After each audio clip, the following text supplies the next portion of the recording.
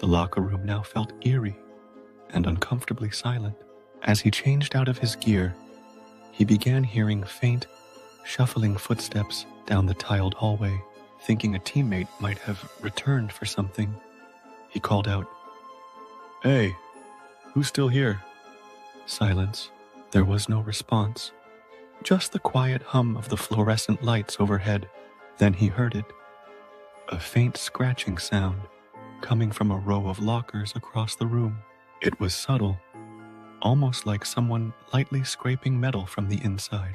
His pulse quickened, and a chill ran down his spine. But he tried to brush it off as maybe a mouse or loose equipment shifting. But the scratching grew louder, more insistent. He glanced around the empty room, noting his teammates' bags and water bottles left lying on the benches, but no sign of anyone else. Gathering his courage, Ethan approached the row of lockers, heart pounding. "Is this some kind of prank?"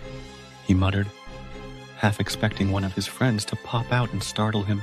But as he reached for the locker door, an odd, heavy feeling settled over him, a gut instinct that he was not alone.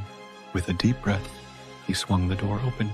Inside the locker, staring back at him, was a figure, its face shrouded in shadows, hollow eyes wide open and fixed on him with an unnerving intensity.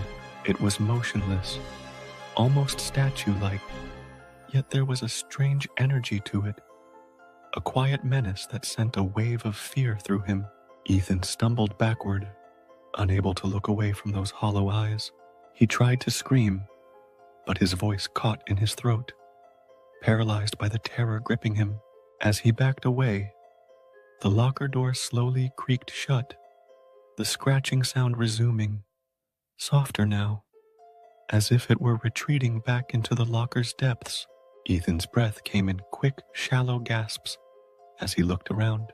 The bags and water bottles were still there, untouched and abandoned, as if his teammates had vanished into thin air. Realizing he had to get out, Ethan grabbed his things and bolted, his footsteps echoing down the empty halls as he raced out of the locker room.